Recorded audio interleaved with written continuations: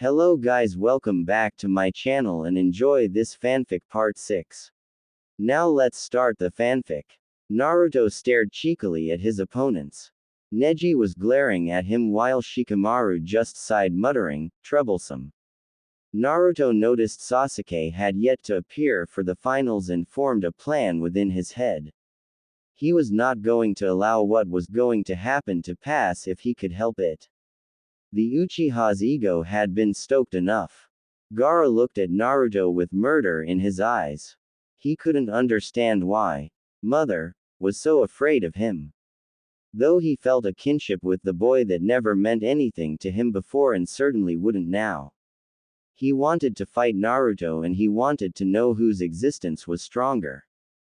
Bozu had heard that this guy was supposedly the Mizukage's fiancé, so he already had plans to forfeit if he matched up against him. No matter what, brains over wanting to prove himself. If he was strong enough to catch the Mizukage's eyes, he wanted nothing to do with him as an enemy. Kankuro and Tamari had one thought: who the is this dude that scares even the Aikibi? Shino was smirking behind his coat. That's it, Naruto, show them the real you. The you hidden away. The you that will change this world and make it a more peaceful place. Shino honestly believed as much as Naruto said he wasn't out to change the world, he would. It was just the way Naruto was. He was a catalyst for things that shouldn't be able to happen. Him falling in love with Haku seemed to revolve around Naruto even though he wasn't there. Naruto was the one making it possible. Hayate looked at Naruto and said, "You were almost disqualified." Naruto smirked. "Perfect. Does that mean if Uchiha-san does not show up soon he is disqualified as well? After all, a late ninja is against the ninja rules." Hayate looked at Naruto before signaling the question to the Hokage. Cage box. The Hokage noticed the question as did the cage. Mei was a little in the dark as she had not been briefed on certain hand signals from Konoha just yet. The cage frowned at the question presented by Uzumaki. The Hokage, however, smiled at Naruto's ingenious way of questioning it before the matches started. He poses a good question: should Uchiha Sasuke show up late? Should he still be allowed to fight? The Hokage explained for Mei. The cage said, "I believe he should. Most of the daimyos are here to see the last Uchiha and my son fight." Mei frowned. A ninja who is late on the field of battle is a useless ninja. If he cannot even show up on time, he cannot be considered Chunin material, thus making the fight here meaningless. She had been through a war and did not take kindly to ninja who disregarded their duties. Time being her main problem with ninja, if they were late they were, as she said, useless. The Hokage smiled. Mizukage-sama is correct. If he does not show up on time, he is not worthy of the rank of Chunin. The cage tried again, but what of the daimyos that only came here to see his fight? At least push his match to the last slot. Mei spoke up again. No. If it were anyone else he would not be shown extra treatment. This is ridiculous. No ninja is above their superiors' orders and his orders are to be on time. To be late would be inviting an insubordination charge. The Hokage sighed. He will forfeit if he is late. However, should Gaara be up for it, I will allow Uchiha Sasuke to fight in an exhibition match after the finals are over. That is the final say. Sarutobi signaled this to Hayate and sat back so he could make his announcement in a few minutes. Hayate received the signals and relayed the information to the genin standing in front of him. The daimyos had not been happy, but the exhibition match would be worth it. Naruto smirked, his main problem accomplished. The rest of the genin seemed apathetic and Gaara still had that crazy death look in his eye. Before we begin, the Hokage has a few announcements to make. Hayate said and turned their attention to the cage box. Sarutobi received the signal for ready to start and activated a jutsu so he could be heard all over the stadium. Ladies and gentlemen, today is the finals of the Chunin exams. We hope that every fight will be honorable and fair. But first I have a few announcements for Konoha and the world. The first is something that has been whispered about for the past few weeks. As everyone knows, Tsunade Senju has returned to the village of Konoha. Multiple mutterings filled the stadium until Sarutobi raised his hand for silence. She is a model medic. She has revolutionized the medicine world. She is an accomplished ninja capable of holding her own in battle and being named one of the Sannin. After this his voice turned old, showing his age. I am old. I am tired of this mantle of Hokage. I have served you faithfully for most of my life and wish to bask in the light of the rest of my life. As such, today we have a new Hokage. I give you, Tsunade Senju, the Godime Hokage of Konoha. As he said this, Tsunade walked up to Sarutobi with her own robes flapping in the wind and was bestowed the Hokage hat. The crowd burst into cheers and started to chant, Tsunade. The Kazekage looked around nervously for a few seconds before retaining his composure and clapping. Mei looked at Tsunade and smiled, welcoming another female Kage. Tsunade turned to the crowd and raised her hands for silence. I will protect and serve Konoha until my rule is over with. I will right the wrongs of this village and make it stronger than before and stronger than my ancestors have. This I swear on my title as Godime Hokage. The crowd burst into cheers again and the battles had to wait a full 5 minutes before they stopped. Sarutobi stepped forward again. That was my first announcement, now for my second. Before the end of my reign I forged another alliance to keep this village I love safe.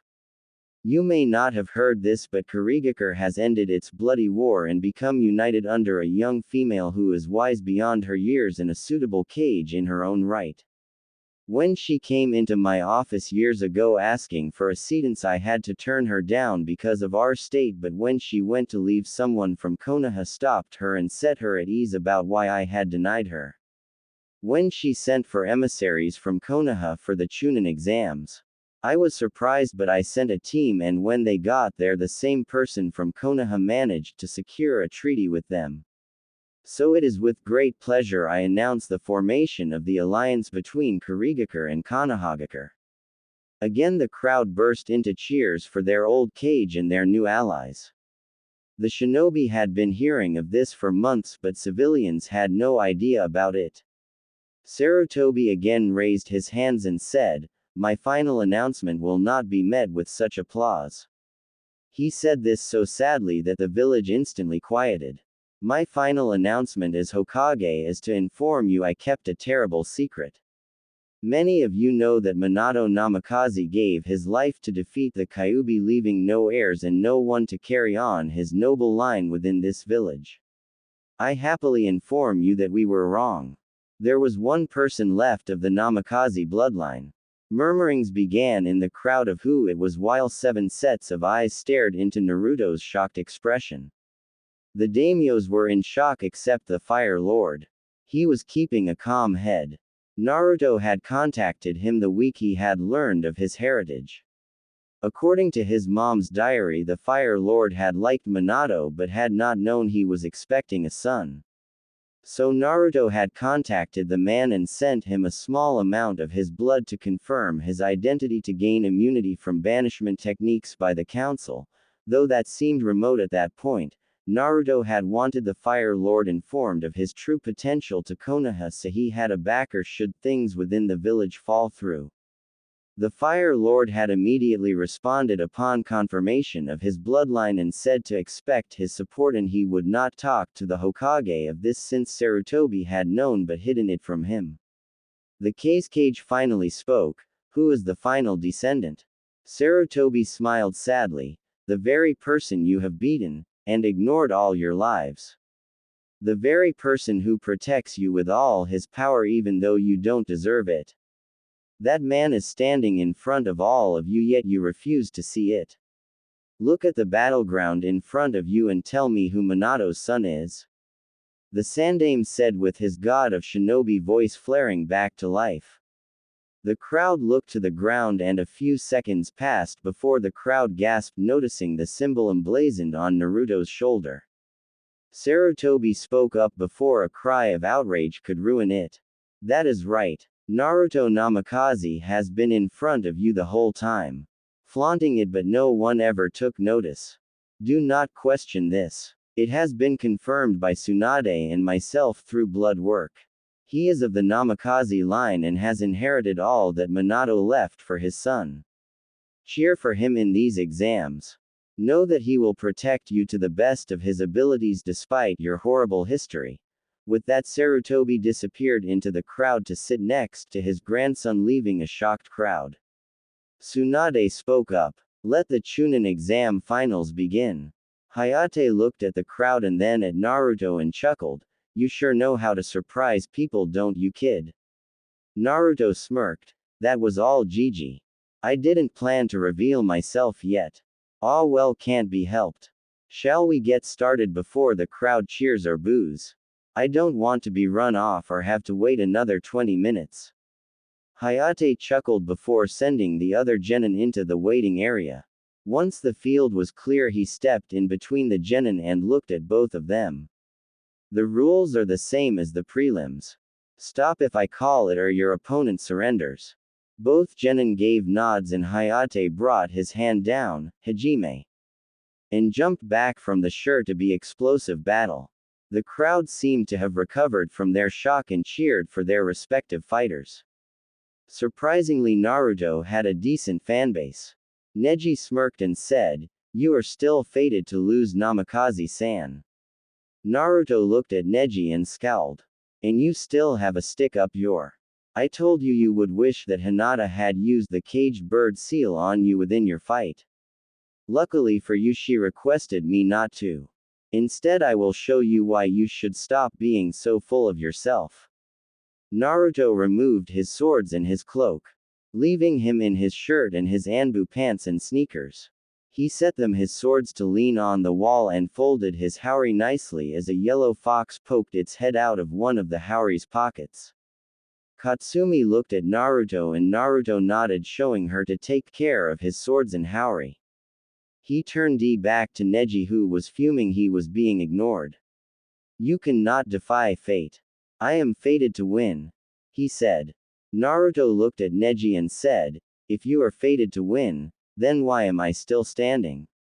Shouldn't I be on the ground passed out because you should have won, right?" Neji started to grind his teeth. Also, the great Hyuga, who has the all-seeing Byakugan, cannot see what is right in front of him. Well, let me spell it out for you. You make your own fate. With that, Naruto took a open stance, showing many openings. Neji lunged forward, intent on stopping this fight right now. He ran forward at impressive speeds for a genin and thrust his fingers with the gentle fist style towards Naruto's heart. Naruto saw Neji and dodged, sidestepping the attack. They separated. Naruto took the same stance and looked at Neji as Neji glared at him. Neji lunged forward and attempted to hit him again. Naruto dodged this one by taking a step back. Each time Neji would strike, Naruto would somehow dodge the attack. With each dodge, Neji grew increasingly frustrated. Naruto finally pushed Neji away and spoke. "This is your first lesson. Do not lose your cool. For the Hyuga, should you lose your calm within battle, it spells disaster for you. Your strikes need to be precise, and anger only clouds your precision." Neji took a deep breath and said, "You cannot defeat me. I am fated to win." Naruto frowned again. "Then let's continue." He took the hummingbird stance. The crowd, who recognized it, gasped. Neji activated his Byakugan. Naruto looked at him. "You rely too much on your eyes. Should someone take away your sight, you are defenseless against even the weakest of ninja. No better than a common thug." Neji lunged forward again to hit Naruto, but Naruto weaved around his strike and struck a point on Neji's arm, deadening his fingers. Neji danced back, holding his arm closer to him. Naruto spoke. "Get some distance between you and the Hyuga, and the Hyuga is defenseless." Naruto took some kunai out and made some cage bunshin that surrounded Neji and started to throw them at him. He managed to dodge most of them until they all threw them at him at the same time. Hakusho Kaden, 8 trigrams palms heavenly spin, Neji shouted and started spinning. Naruto blinked as his cage bunshin were destroyed. Naruto looked at Neji as the Kaden wound down. Very good Neji-san. I know that is a main branch only technique, but you must have created it on your own. I commend your work. But it is not enough. If I have distance I can run you out of chakra. This is enough though. Naruto took a couple of kunai out and flung them at Neji, who jumped out of the way. Naruto appeared next to him, Rasengan in hand. Rasengan. He shoved the ball of chakra into Neji's stomach and sent him careening into the wall. Neji's Byakugan deactivated. Neji looked up at Naruto from the rubble he had left. Chakra burns and scratches on his stomach, which had been shown by his torn shirt, showed the Rasengan had been underpowered. Naruto looked down at Neji. You say that Hinata is weak. You say she should not be a ninja. Open your eyes, Neji Hyuga. Your father died saving his family. The caged bird seal should not be in use, but he gained his freedom just as you will. You dishonor him by trying to destroy what he died to protect. Neji snarled and said, what do you know? You don't know what it's like to have your fate determined by a seal. You can't possibly understand the hatred I feel for the main branch. But I will tell you of the Hyuga's heritage of hatred. So Neji explained about his father and how he had died. Oh Neji, I know much better than you think you do. Your father got what he wanted, do not belittle that. Naruto said. Neji stood up and took a stance. His Byakugan flared to life. You are within my divination. Hake Rokujuyan Sho, 8 trigrams palms 64 palms. Naruto sighed and Neji moved forward, striking each of Naruto's chakra points. 2 palms. 4 palms. 8 palms. 16 palms. 32 palms. 64 palms. Neji's Byakugan deactivated, showing how drained he was. Naruto fell to the ground and coughed up a bit of blood. Neji smirked, believing he won. Proctor, call the match. He cannot use his chakra and he cannot fight any longer. Neji said. The proctor merely looked at him and coughed. Naruto chuckled. My, you should take my title as most surprising ninja of Konoha, Neji-san. 2 main branch techniques that you learned by yourself. Amazing, I must say. But it still is not enough. Naruto stood and looked at Neji as he wiped his blood off his chin. Neji was shaking in rage. But how? He asked. I know I hit your points. He shouted. Naruto merely looked him in the eye and said, indeed you did. But you could not close them because I overflowed them with chakra. Neji simply glared at Naruto and took up the gentle fist stance again. Naruto looked at him incredulously. You don't have the chakra to even activate the Byakugan, yet you still wish to fight after seeing how much chakra I have. Foolish Neji. You claim to be tied up in fate when you try the hardest to escape your own. Naruto disappeared from Neji's sight and moved in behind Neji and went to strike his neck with a chop. Neji saw the attack coming and tried to avoid it, but he couldn't move fast enough. The last thing Neji saw before blacking out was Naruto's face staring down at him. The whole crowd was silent as the council of elders for the Hyugas seethed at their defeat. Hiyashi was smirking. I told you all this years ago, yet you said we didn't need to change. After a short silence, 2 voices sprung out. Yeah, go Naruto. It was none other than Kotetsu and Izumi, 2 Chunin who used to love Naruto's pranks. With that cheer the dam broke and the whole stadium cheered for Naruto as he went and picked up his swords and Haori and walked back up to the waiting area. Cage box. Mei smirked seeing Naruto's total defeat of Neji. That's my fiancé. Tsunade smiled seeing Naruto get cheered, like that warmed her heart, though it was tempered by the feeling of hypocrisy it inspired by those that knew of Naruto's past. Orochimaru grimaced. That brat is getting too powerful. He somehow managed to remove the curse seal I placed on him. If Jiraiya shows up, I will have to call off the invasion. I can take Tsunade, but if I allow Sarutobi-sensei and that fool to run amok, they will destroy my entire forces. A fine fight. Definitely showing the qualities of a Chunin. Mei said. Tsunade nodded. Yes, definitely. He is almost Junin material just from this one battle. He analyzed his opponent and played to his weakness. Impressive. Orochimaru nodded as well. Definitely Chunin material. Hayate signaled for the next match. Gaara-san shunshined down to the arena and stood there with his maniacal gleam in his eyes as his mother called for the Uchiha's blood. Hayate said, Uchiha Sasuke. You have 30 seconds to report before you are disqualified and lose on account of forfeit. The crowd waited in anticipation, expecting Sasuke to make an appearance as grand as Naruto's, but they were disappointed after a 30-second warning. Hayate spoke, Uchiha Sasuke has not shown and forfeits. Will the next match please come down? Gaara-san shunshined back to the waiting area eager for his next fight as Shukaku calmed down, being near Naruto. Shit, I can't reveal my techniques before the finals. Kankuro thought. I forfeit. He shouted to the proctor as Shino prepared to shunshin. Hayate blinked but said, okay, will the next fighters please come to the arena? By now the crowd had grown restless after seeing the fight between Neji and Naruto. They wanted something to watch, not forfeits. Temari jumped down and rode on her fan, gliding into the arena. Shikamaru was muttering, troublesome women and having to fight them, before Naruto walked over to him. Shikamaru, just get out there, man, before the crowd throws a riot. Naruto said. Shikamaru just muttered and jumped down to the ground as the crowd cheered. The crowd had expected flashy jutsu and cool techniques like the Rasengan, not the mind games Temari and Shikamaru played. Temari had started off seeming the victor until Shikamaru started to maneuver her into position for his technique.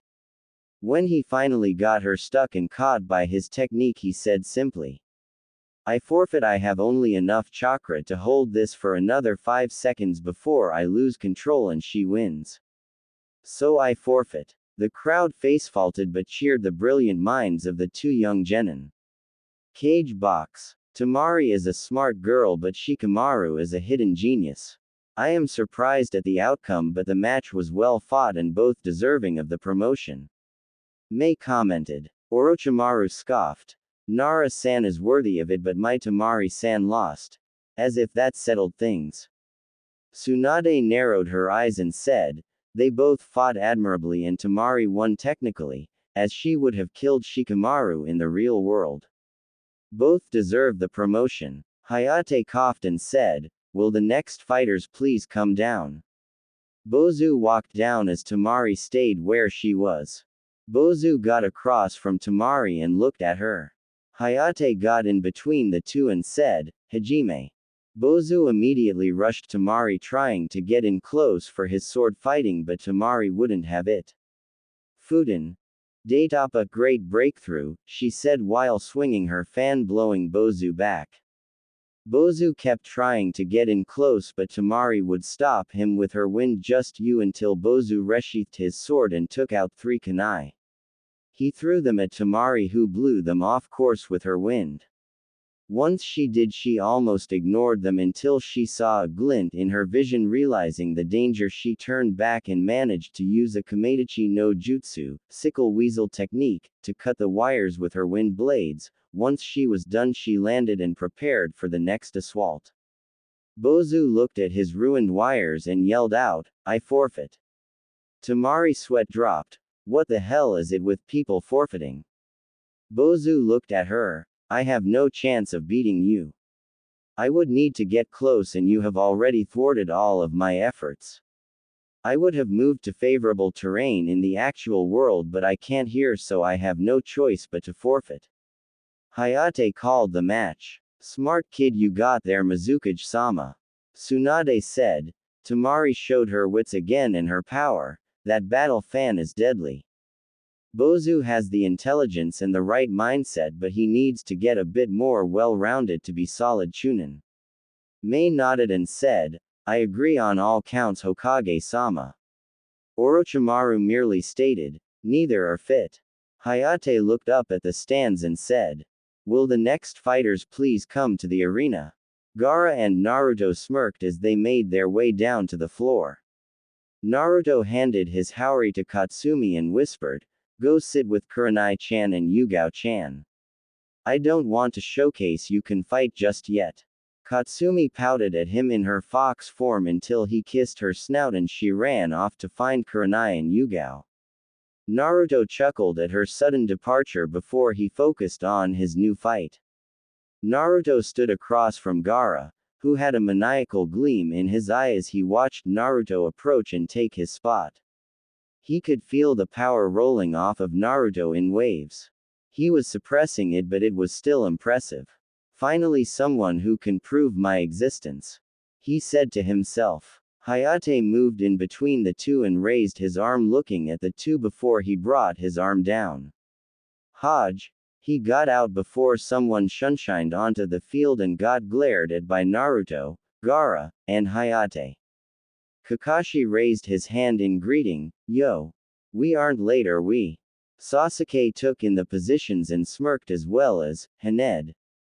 Hayate glared at the copy ninja and said, yes you are and your pupil is disqualified by forfeit, now get off the field, you're interrupting a match. Cage box. Tsunade ground her teeth seeing Kakashi and Sasuke arguing with the proctor on whether or not Sasuke was disqualified. Mei frowned, this is the famous copy ninja. Is he always late? Tsunade grimaced, apparently so, something I intend to change starting now. Tsunade shunshined onto the field. Kakashi and Sasuke were getting on Naruto and Gaara's nerves. They had been poised to attack, now they were ready to kill the two for arguing over something that was decided hours ago. Just as Naruto was about to nod to Gaara to get them to attack the duo, Tsunade shunshined onto the field. Hitaki Kakashi, you are hereby demoted in pay for being late to your own student's important exam. Uchiha Sasuke, you are disqualified for being late and have forfeited, now get out of my sight. Tsunade glared, her cage hat very noticeable at this point. Kakashi stuttered, but Hokage-sama. Sasuke cut him off, you can't disqualify me. The council will have your head if you do this. I am the last Uchiha. Tsunade glared at Sasuke, making him quiver. The council will do nothing to me. I am Hokage. I rule. Not the council. They will advise as they always have, but they make no decisions. You are late and as such are disqualified just like everyone else. Now your team is subject to D-rank missions only until I deem you ready for higher missions. Get off the field now. Kakashi quickly grabbed Sasuke and shunshined away. Naruto smirked. Nice job Hokage-sama. Tsunade turned to Naruto and grief passed through her eyes for a second before she smirked and shunshined back to the cage box. Cage box. Damn, I have to call off the invasion. Orochimaru thought. Once Tsunade had shunshined down to the floor, Jiraiya had appeared at the left side of her chair, standing slightly back, acting as her guard. He stayed there when she shunshined back up. Orochimaru made a discreet hand sign calling off the invasion but left it so the summons would be released once he prepared to leave. Hayate took his position and said, let's try this again. Hajime. He leapt away and Naruto looked at Gaara as they stared each other down. Is mother still scared of me? He asked. Gaara scowled. Well, scowled more, and responded, yes, and I wish to know why. You will prove my existence. With that, Gaara raised his hand and sand shot forward straight towards Naruto. Naruto dodged by going to his left and flipping. He muttered, Kai, and his seal counter dropped to 5. He disappeared in a burst of speed and hit Gaara from the back. Gaara stumbled forward a few steps before he regained his balance and raised his other hand, swirling his sand around him to keep Naruto from breaking through. Naruto sped around the sand, breaking open parts of the armor but not really landing hits and managing to dodge Gaara's sand attacks. Gaara sent a wave of sand to capture him, but he flipped over it and threw a punch at Gaara's face that was blocked by his sand armor. Naruto danced back and waited for the next attack. The sand came again a little faster this time, but Naruto sidestepped it and ran forward, throwing a punch at Gaara's solar plexus. Naruto decided taijutsu was not going to cut it, so he stepped back again. Naruto saw the wave of sand coming at him and spoke, "Fuden, Rasen Fu Boru, spiraling wind ball." He breathed some wind chakra into his hand and it formed into a ball that shot forward and burrowed through the sand and straight at Gaara. It hit Gaara and Gaara flew back and hit the wall. Naruto landed and took a breath. Gaara stood up, Shukaku's Yuki swirling, and said, "Yes. Pain. It hurts. It hurts. You will prove my existence." He swirled his sand around him in a protective cocoon and had an eye outside the cocoon. Naruto's eyes widened as he took in what Gaara was going to do. He thought quickly and grabbed Denki. He quickly rushed forward and slashed the sand. Electricity flashed from Denki, but did little more. "Naruto-sama, you must put more chakra into it. That sand is chakra infused, it will take more to make it turn into glass," Kamikaze said. Naruto quickly doubled his output and electricity crackled along Denki's blade. He slashed again and jumped back as spikes appeared to stop him, but this time it works. The sand around the cut turned to glass and fell to the floor while Gaara screamed out in pain from the electricity that hit him. Once Naruto had regained his bearings, he was about to jump forward when Kamikaze spoke, "Naruto-sama, watch out," he said. Naruto barely managed to get away from Gaara's claw. His left hand had transformed into Shukaku's and he had a tail made of sand with one eye showing a golden diamond with black where white usually is. Gaara smirked at him, "You are worthy of proving my existence. Come, don't run away," he said. Naruto merely dodged his next wild slash and sliced part of Shukaku's hand off, which turned some more sand into glass. Gaara growled and continued trying to hit Naruto, but Naruto kept dodging until Gaara started to do hand signs. Tsunade leaned forward and looked at the cage. "What is he doing?" Orochimaru's eyes widened before he made a discreet hand sign. "I don't know." Mei's eyes narrowed. Naruto rushed, trying to get to him in time before Gaara shouted, "Tanuki Niri no Jutsu," feigning sleep technique, and slumped forward as a massive tanuki shape was made from sand. Naruto cursed before telling Katsumi in their mental link, "You, Kurenai-chan, and Yugao-chan go protect the daimyo box. Don't let them move, I will stop him." "Roger," Katsumi replied. Naruto jumped up onto the wall, hearing Shukaku yell, "I'm free." Naruto looked up at Shukaku and yelled, "Oi Tanuki." Shukaku looked around until he saw Naruto. Shukaku had blocked Naruto from sight from everyone who was in the stands. The stands were utter chaos as the Anbu tried to get some order. At the same time, two three-headed snake summons plowed into the city walls. Cage box. Mei and Tsunade were about to jump into the fray until Kurenai informed them Naruto had it handled and that they should secure the crowd before they cause a panic. The female cages looked over to where the cage was and only saw some robes. Orochimaru chuckled as he left Konoha with some presents. "Kukukik, Sasuke-kun will come to me." Naruto looked up at Shukaku, who was looking nervous at this point. Naruto simply glared at him until Shukaku said, "All right, what do you want?" Naruto smirked, "Leave the guy alone. He has suffered enough, hasn't he? Allow him to live a normal life and give him some help." Shukaku snorted and said, "You want me to help my container? Are you stupid? I would rather die." Naruto smirked evilly, "That can be arranged. You know who I held and you know how powerful I am." Naruto released his defense mechanism and showed his Hanyu side and spiked his chakra. Shukaku started to tremble from the height Naruto's chakra went.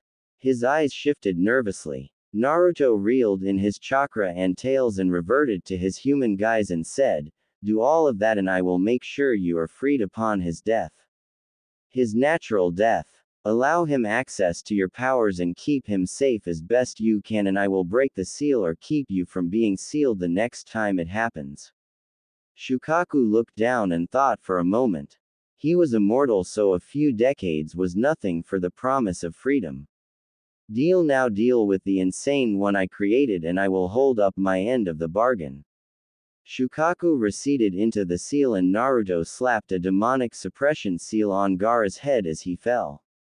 At one of the breaches, Jiraiya stood ready to take on whichever summon stood in his way. The three-headed snake burst through the walls and Jiraiya summoned Gamahiro. Ready, Gamahiro, Jiraiya said. Let's do it, Jiraiya, Gamahiro said and leapt forward, cutting the snake in two with his swords. Jiraiya smirked. HMPH, too easy. A Naruto clone stood at the other breach. Once he heard the poof of a summon, he started his summons as well. Naruto summoned Akemi. Hello, Akemi-chan, he said as he took in her Hanyu form. She could rival Katsumi with her foxy looks, though her S were a size smaller.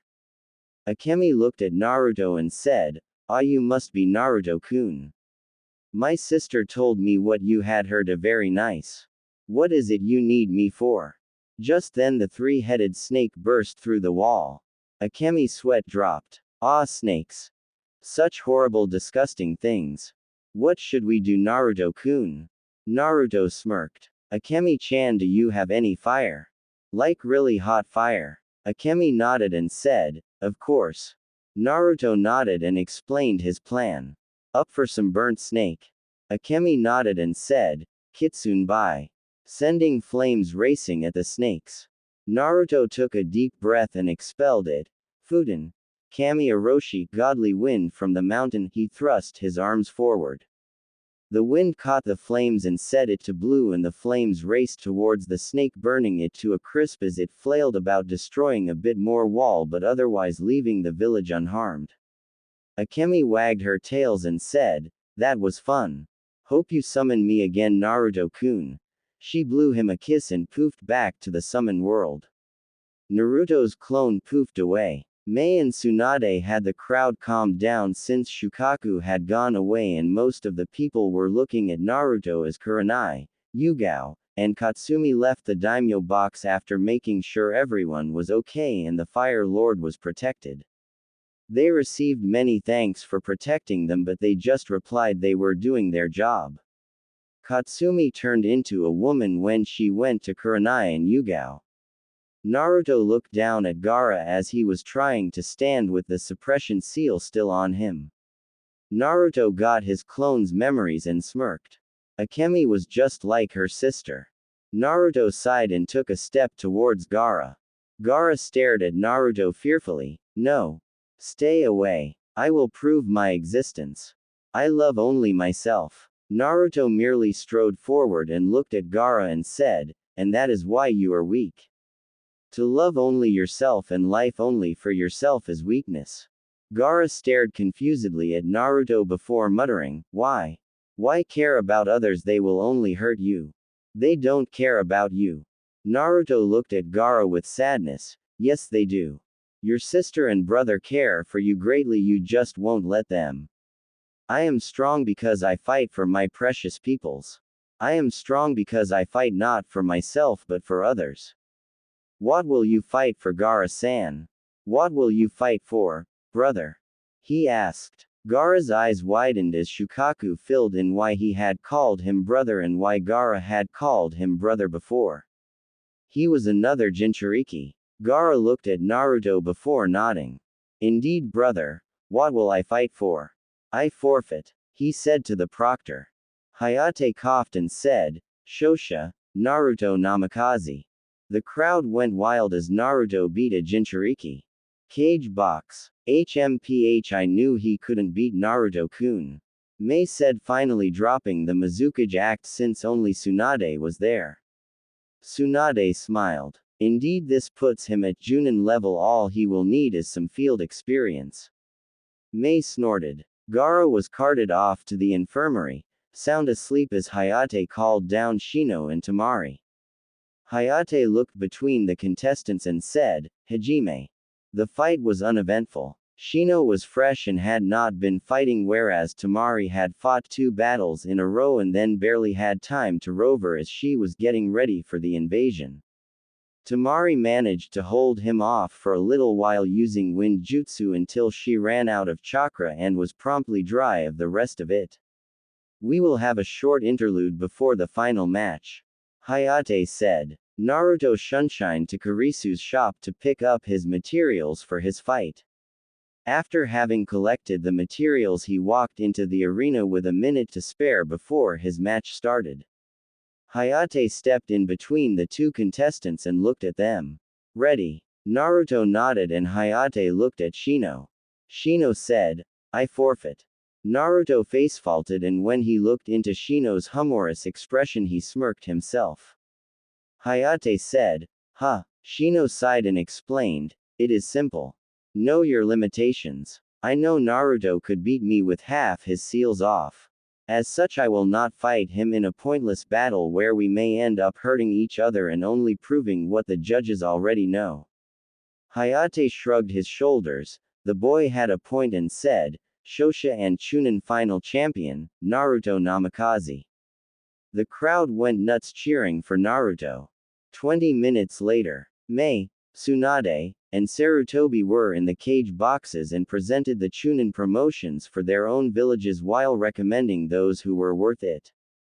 Shino and Shikamaru were granted Chunin promotions and Tamari was granted a high recommendation. The Fire Lord would like to make the final announcement, Tsunade said, and the crowd murmured about what it could be. The Fire Lord walked out onto the battleground and not the cage box and asked Sarutobi and Naruto to join him. Once they did, the Fire Lord spoke. Naruto-san contacted me about 2 months ago when he first learned of his heritage. He sent me a small amount of blood so I could test and make sure that what I was telling him was the truth and that I could get to the bottom of this. I was good friends with Minato and was hurt when I found out he had a son I had not known about. I asked Sarutobi-san if there was any Namikaze bloodline carriers still alive and was told no. Imagine my surprise when I get the test results back and it says that my friend did indeed have a son. It seemed Sarutobi-san lied to me. I could understand lying to the village, but I was privy to such intimate information. So I decided to learn about the son of my dear friend only to find his life is worse than even the worst criminals. I almost withdrew my support from this village, but Naruto stayed my hand, saying that to hurt the village would be to hurt myself and my lands, which he is right. But Konoha know this from now on, should you attack Naruto, you attack me. His family is my family and his hurts are my hurts. He put his hand on Naruto's shoulder. Naruto-san, I will always support you. Know that if you ever need anything, let me know, and if it is within my power I will grant it. But I do have one question for you though. The Fire Lord said, watching as Naruto wiped his eyes. Hi, Naruto asked. Why the Kyuubi on your cloak? Indeed, mumblings began being heard before Naruto chuckled. Why not, sir? It is a symbol of destruction for its enemies, but its friends are the safest within the world. That is what I am. Protector of my friends and worst nightmare of my enemies. Naruto answered. The Fire Lord chuckled and went to leave before Naruto asked him to stay and that he had something he had to do. The Fire Lord looked at him confused until he saw 4 tiny fox kits running away from them. The Fire Lord chuckled before dismissing the Sandame. Well, let me meet your wives. I wish to see which beauties caught your eye, he said to Naruto so only he could hear. Naruto smirked. Oh, they caught more than that, my lord. They caught my heart from the moment they accepted me. The Fire Lord smiled as he heard 4 gasps in the crowd and 4 shunshins into the battleground. Naruto turned around to study his loves and loved what he saw. He had summoned 4 little kits to fetch the girls while he asked the Fire Lord to be there because he had supported him so far. Kurenai and Katsumi had little red 2-tailed foxes while Yugao and Mei had yellow 2-tailed foxes. They all looked at him quizzically until the fox in Kurenai's hands poofed back the summon world. Naruto's heart was racing, but he got down on one knee and pulled out a beautiful golden ring with a ruby set in the ring. The ruby was the darkest red he could find. He said, Megami-chan Yuahi Kurenai are the sun during my day. My world would be dark without you. Would you do me the honor of marrying me? Naruto said and looked into her eyes. Kurenai nodded happily and let him put the ring on her finger, then kissed him chastely, letting the tears fall down her face. Naruto turned to Yugao as her fox poofed back to their world. Murasaki Haimazuki Yugao, you are the moon to my night sky. Without it I would be lost in the darkness that consumed me. Would you honor me by agreeing to be my bride? Her ring was white gold with an amethyst set within it. The gem was as big as Kurenai's, a royal color. Yugao croaked out, "Hi," as tears streamed down her face. He slipped the ring on and chastely kissed her too. Naruto turned to Mei and her fox poofed away. He took out the third box and opened it. The band was gold with a sapphire inlaid in it. The gem was as big as the others, but it caught the light beautifully. Misu Tenshi Mei Terumi. You are the flame within me. Without you I would not have the strength to carry on. Would you honor me by marrying me? He asked while on one knee. Mei nodded and smiled happily at Naruto as he slid the ring onto her finger and kissed her on the lips. Finally, he turned to Katsumi, who was trying to hold her composure but losing it at the thought of Naruto proposing to her. Naruto went down on one knee again and pulled out her ring. It was a beautiful canary diamond. Yellow and caught the light as well as a white diamond would. It was inlaid in white gold like Yugao's was, and he said, Kuhi-sama. Katsumi. You are the stars of my night sky. Without you I would know not where to go. Would you honor me by becoming my mate? Katsumi was crying freely and nodded happily, saying, "Hi," over and over again as he slid the ring on and kissed her. Naruto turned to the Fire Lord and said, I give you the matrons of the Namikaze household. He said with the most glorious smile anyone had ever seen him give. The Fire Lord chuckled at Naruto and said, I wish you a happy life and know that his protection now extends to all of you fine young ladies. All of the ladies were in tears at this point and they all nodded and said, Hi. Naruto turned to his fiancées and said, Let's go home. They all gathered together and walked out the stadium amidst applause. Naruto was on his way to the village gates with Mei and Katsumi. It had been 2 days since the finals and Mei needed to return to her village. Naruto was not happy she had to leave, but he knew it was unavoidable, so here he was leading her to the gates. But something crossed his mind, so he could set his heart at ease and made a detour. This way, Mei-chan, Katsumi-chan. Naruto said as he led them into a park on the side of the road. Konoha had these dotted all around the city for tourists.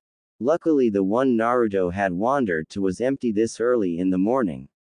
It was still pretty dark out, but Mei had wanted to get a head start leaving. Katsumi had woken when Naruto went to get up and see her off, so they left Kurenai and Yugao to sleep while Naruto escorted Mei to the gates. Naruto stood in the middle of the park looking up and steeling himself to ask this when Mei spoke up, Naruto-kun, we need to keep moving. I know you don't want me to go, but we have no choice. I need to run my country, she said in a loving voice. Naruto sighed and turned to his two most recent loves. Mei-chan, I know that, but I am worried about your safety. You are most definitely a powerful person, but I can't help but worry. That's why I have a present for you. Naruto pulled one of his newly made Hiraishin kunai out and handed it to Mei. Tenshi-chan, promise me you will carry this with you. I have already charged it with chakra, so it will be ready for my technique if you ever need me. But I will only sense it being thrown once the seal activates. If you are in trouble, would you please channel some chakra into your ring? Naruto said with pleading in his eyes. Mei looked confused as she took the kunai and said, I promise, but why channel chakra into my ring? Katsumi looked at Naruto suspiciously. Naruto looked into their eyes and said, take your rings off and look on the inside under the gem. The women complied and looked at their rings. All they saw were his pet names for them, Misu Tenshi, for Mayan, Kuhi-sama, for Katsumi. They turned to look at Naruto again. Naruto said, underneath those names are seals hidden by a seal like the Hiraishans. If you channel chakra into it, I will be able to sense it because it is set to resonate with the seal on my body. It is a variation on the communication seal I had in the old house. Katsumi's and Mei's eyes widened and Mei spoke, of course I will, Naruto-kun. Naruto sighed in relief. Mei-chan, I have one more thing for you. I have no use for the house within Konoha's walls. I sealed it up and put it within this scroll, he said as he pointed to a scroll in his hands now. I know you have the cage residence within Kiri, but I was wondering if you would like this house so you can have your own and it is protected. You can also use the communication seal once you unseal it in Kiri. Mei's eyes widened and she took the scroll and kissed Naruto on the lips before stowing the scroll away. Naruto turned to Katsumi and spoke, Katsumi-chan, could you do something for me? Katsumi looked at Naruto and narrowed her eyes. You want me to go with Mei-chan, don't you? Naruto looked at her apologetically. Sigh, fine, I will do this as if it sets your heart at ease. Katsumi said. Naruto grabbed Katsumi and kissed her fiercely on the lips before letting her go, and she whispered, grr. Mei looked a little miffed at the question but accepted it for Naruto's sake. Katsumi changed into her little kit form and wrapped her tail on Mei's neck as she napped on her shoulder. Naruto chuckled and rubbed her behind her ears and elicited some purring as they continued their trek to the gates. Naruto and Mei arrived at the gates, showing the Mizukage's guards Ao and Chojuro. Naruto and Mei walked up to them and greeted them. Ohayo Ao-san, Chojuro-san. Ao and Chojuro greeted him back and questioned about Katsumi, but Mei simply smiled at them and said, she is to put Naruto-kun's heart at ease, so she is coming with us. Ao and Chojuro quickly backed off from her smile and nodded their heads. After a short discussion, Mei was getting ready to leave before Naruto brought her to another kiss and added a little bit of tongue. He quickly explored her mouth before pulling back and kissing Katsumi's snout and walking to her guards while she was still slightly dazed. Keep her safe, Naruto said to them with a slight bow. Ao snorted, like you need to tell me that. Naruto looked up at him with his battle eyes and continued, or you will wish you died with her. Ao and Chojuro took a step back before Naruto reverted and smiled at them as Mei finally called them to move out and they leapt into the trees toward Kiri. Naruto stood there looking at the road for a little bit before sighing and shining back home to his remaining two loves. Naruto arrived in front of his house and thought about what he should do today. There was supposed to be some festival in a nearby town and he was debating taking Yugao and Kurenai out for the night since he hadn't had a real date with them for a while. He had 2 weeks off, as did Team 8, in celebration of his promotion and reorganizing the teams. Yugao had taken some vacation time she accumulated to have a week and a half off with them and bask in the post-proposal phase, as some called it. Naruto walked back upstairs and shed his shirt and shoes, keeping himself in just his pants as he crawled back in bed and laid there as Kurenai and Yugao immediately latched back onto him. He looked at his loves and started to reminisce about how he had met them and the dates they had been on. The things they had been through, like the council and finding out his heritage. The proposals had been a bit earlier than expected, but he was happy about it. He could say he loved all 4 of his fiancées even if he had not told Katsumi and Mei those exact words yet. Once he reached this point in his thoughts, he began to think of the future and what it might hold. He was worried about Akatsuki, but he was prepared for the majority of their fighters. The upper echelons would have to show themselves before fighting him, and if he could get any edge on their fighting styles, he could get an edge on how to beat them. Aside from them, he knew there would be more fights coming, but he could weather them all for the sake of a happier future with his fiancées. Naruto began to think about having his children and raising them so they became adults and giving them advice. Once he did, his thoughts turned to what he would have to talk about and hit the inevitable wall of the birds and bees, which he had basically learned through books, and turned to what he would have to do to have those children to grow.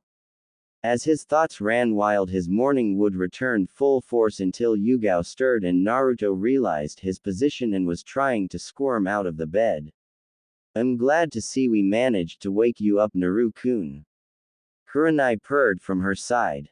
Yugao finally woke up and slapped her lips together, making a smacking sound before she leaned in and kissed Naruto. Naruto kissed her back. Yugao continued kissing him until she suddenly pulled back and said, "Why does it feel like there is a lump in the bed?"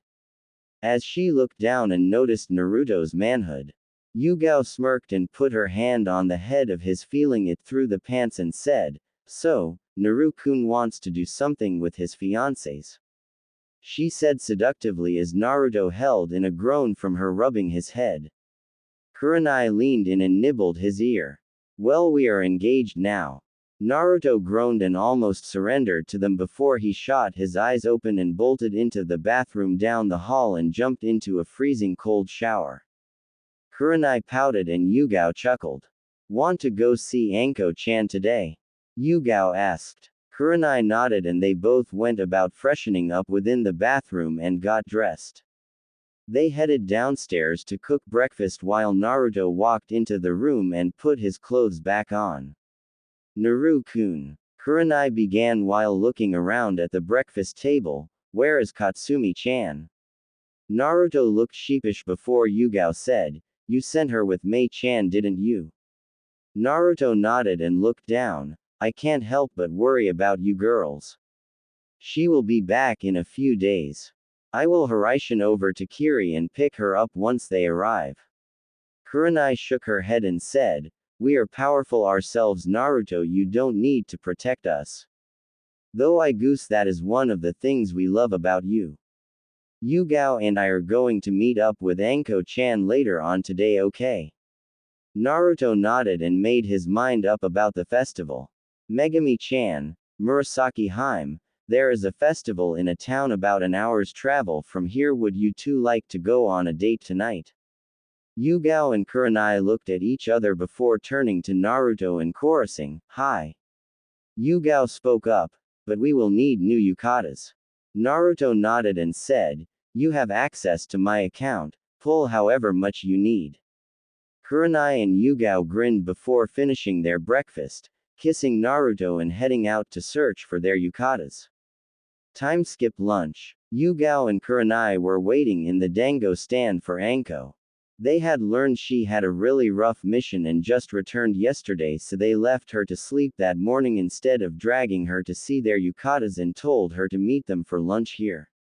She had lit up at dango but couldn't really move, so they knew she would be here soon. Meanwhile, Kurenai was in thought. "We are engaged, aren't we? We should be doing stuff like that by now. I am glad we waited, but this is getting on my last nerves." Yugao sensed Kurenai's distress and said, "What's wrong, Kurenai-chan?"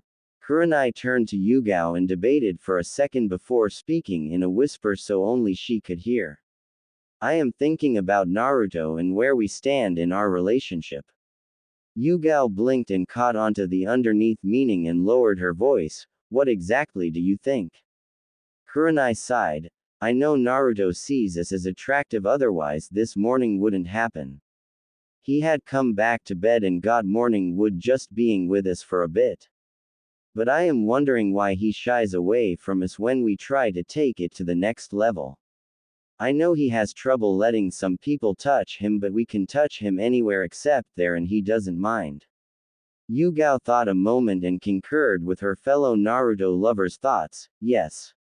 I see what you are saying. But we can't just force him into it. Unless he doesn't know that's what his body is telling him to do. He knows his body's reaction is natural and that it leads to sex. he just isn't connecting that it means he is emotionally ready even though he is engaged to us because he gets like that when he is just around us and we are aroused. Kurenai nodded her head and said, which means we will basically have to force him into a corner, or get him so drugged up on pheromones that he basically loses his self-control. Yugao nodded and they fell into a awkward silence as the two Naruto lovers thought about it before Kurenai said, I want to do it. I haven't had sex since he saved me. I didn't really feel comfortable with any man touching me besides Naruto, but this just feels so right. I am ready to take this step.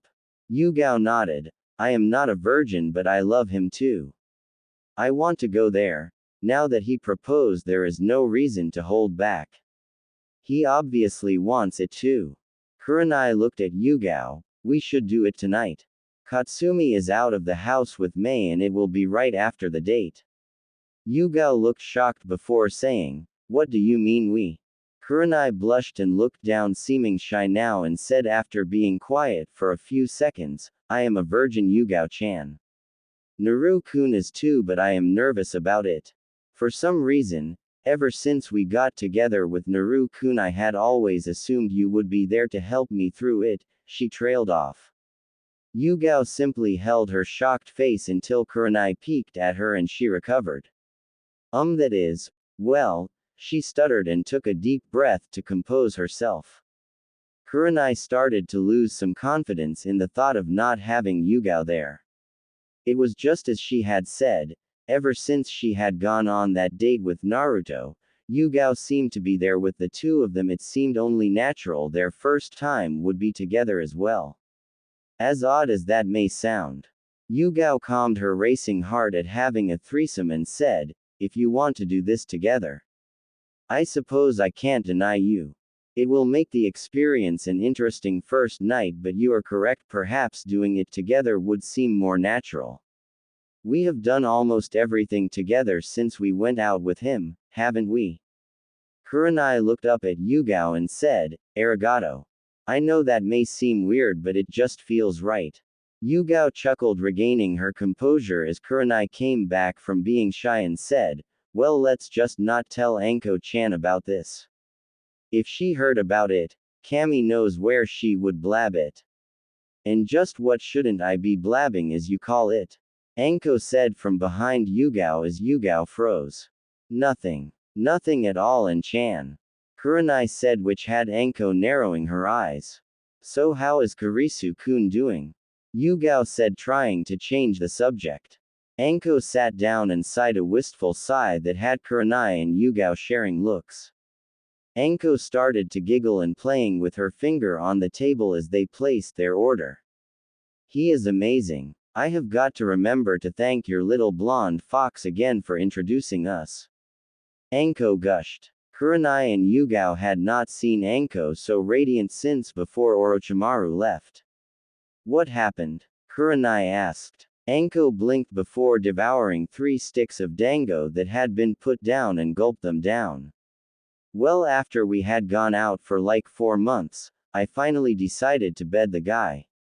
He was sweet, caring, and defended my honor despite my reputation, just like Naruto said he would. That guy is one hell of a lover, I gotta tell ya, the things he had me squealing. I never knew you could do some of those things. Well, we had been screwing about a month before some idiots walk in and try to harass me while I was at the store after the second exam, and when one of them called me snake bitch, I was about to unleash my viper at him when out of nowhere Kurisu jumps Hi-san, throws him out the store and yelled so the whole damn sector could hear, tell everyone out there if they have a problem with Anko Mitarashi to stay the hell away from my shop, and if they want to fight her they will have to kill me to touch her. Then slammed his door and put the closed sign on it. Kurenai and Yugao were impressed. For Kurisu, he was always a quiet kind of guy so he could stay out of trouble, but it seemed he dropped that for Anko's sake. Well, right after that I got him into a hold and told him I was strong and didn't need his protection, to which he responded, so do I need a reason besides wanting to help my girlfriend? And, after that we screwed like rabbits right there on the countertop. He popped the question day after Naruto asked you to. He had the rings made the same place as Naruto's see. Anko said and showed a gold band with a diamond the same size as Naruto's girl's rings. Kurenai and Yugao squealed slightly and said, "Congratulations." Anko blushed brightly and said, "I never thought I could marry after that damn curse seal took away my ability to have kids." But you know what Kurisu said. So, we will just adopt. But I went for my usual physical and Tsunade checked me apparently on request from some ninja and found my ovaries are working again. I can be a mother. She had tears going down her eyes as she finally told her friends her greatest shame was gone. Kurenai and Yugao were shocked and hugged Anko as she cried about being able to have kids again. "Have you told Kurisu-kun yet?" Kurenai asked. Anko shook her head. Yugao glared at her. "Then why are you still here? Get going, you crazy girl, give us some nieces and nephews to pamper." Anko flushed and stood. "Arigato." She mumbled, then sunshined away to Kurisu. Kurenai giggled and said, "I'm glad, but, you know, once she finds out about us tonight, she will be making the same claims to us, right?" Yugao paled and said, "Oh Kami. Why didn't you stop me, Kurenai-chan?" Kurenai just laughed and paid the bill. Time skip that night. Naruto was again out in one of the spare houses in his compound. He had let the girls have the main house to get ready and had vacated the room about an hour ago and was about to walk over to the main house and pick the girls up. He had on a black kimono with silver flames at the bottom of it. His usual earring again replaced by the earring Kurenai had bought him and the moon necklace hanging around his neck. He checked his hair and face one last time before heading over to the main house. Naruto walked into the main house and called up the stairs the same as he did with Katsumi. "Megami-chan, Murasaki Harem, you ready?" Kurenai yelled down, "Just a minute." And sure enough, 10 minutes later Kurenai and Yugao began to make their way down. Naruto's eyes widened as he took in their choices of yukata and makeup. Kurenai's yukata was golden in color with crimson foxes running around on it. Her creamy skin glistened in the light as she made her way down the stairs. She had on silver fox earrings and some red lipstick. Her red eyes catching the light. Naruto turned to Yugao and saw her yukata was dark blue with phases of the moon on it. Her slightly tan skin contrasting with Kurenai's lighter skin. She had on silver crescent moons for earrings. Kurenai giggled and said, "Do you like it? I modeled it after one of yours mothers." Naruto nodded happily at her as he stopped looking at Yugao for a second. "Marvelous, Megami-chan." Yugao pouted. "What about mine?" she asked as she struck a pose. Naruto looked over and smiled brightly. "Breathtaking, Murasaki Harem." "Ah, thank you, Naru-kun," Yugao said, and Kurenai and Yugao leant in and kissed him on the cheek. "Well, shall we get going? I would like to see the fireworks," Naruto asked as he held his arms out for his dates. Kurenai took his right arm and Yugao took his left, and Naruto sunshined them as far as he could towards the festival. Tsunade sat at her desk looking over files for the ninja and missions coming into the village. The summons had not done much damage thanks to Naruto and Jiraiya, but they still had to repair the walls. She was currently trying to figure out how she was going to rearrange the teams but not horribly overbalance one. If she put Hinata into Shikamaru's old spot, they would be too assault-heavy with a Hyuga and an Akamichi. She could not make a Chunin team with just 2 Chunins since Naruto was promoted to Tokubetsu Junin. He was not supposed to be on a Chunin team. She thought about the Suna delegate that had shown up after the exams. Baki the Sand Trio's sensei. They claimed they had been tricked by Orochimaru into attacking them. Well, Tsunade did not particularly punish them since they had not technically broke the treaty, but she did manage to penalize them for allowing Gaara to use his Biju within the stadium and gained some important resources for Konoha. She finally sighed and put the teams away, promising to look again later and see if she could find something that could work out. The problem was Kurenai's team was perfectly proportioned. If Hinata were a Chunin, then it would not be an issue since she could take the missions with her team, but, as a genin, she was not qualified for the tougher missions. Just as she thought of this, she came across a mission request. Tsunade's eyes gained a gleam. This is perfect. If she does well on this mission, she can be field promoted to Chunin for outstanding work and fix the team's problem. Tsunade thought. She chuckled evilly as she set it aside to give to Team 8 in a week. Just as she did, Jiraiya showed up on her window sill and shuddered at her laughter. Jiraiya cleared his throat and said, "Suhaime, I have some information." Tsunade immediately stopped chuckling and said, "Report." Jiraiya sighed. "Akatsuki seems to be on the move.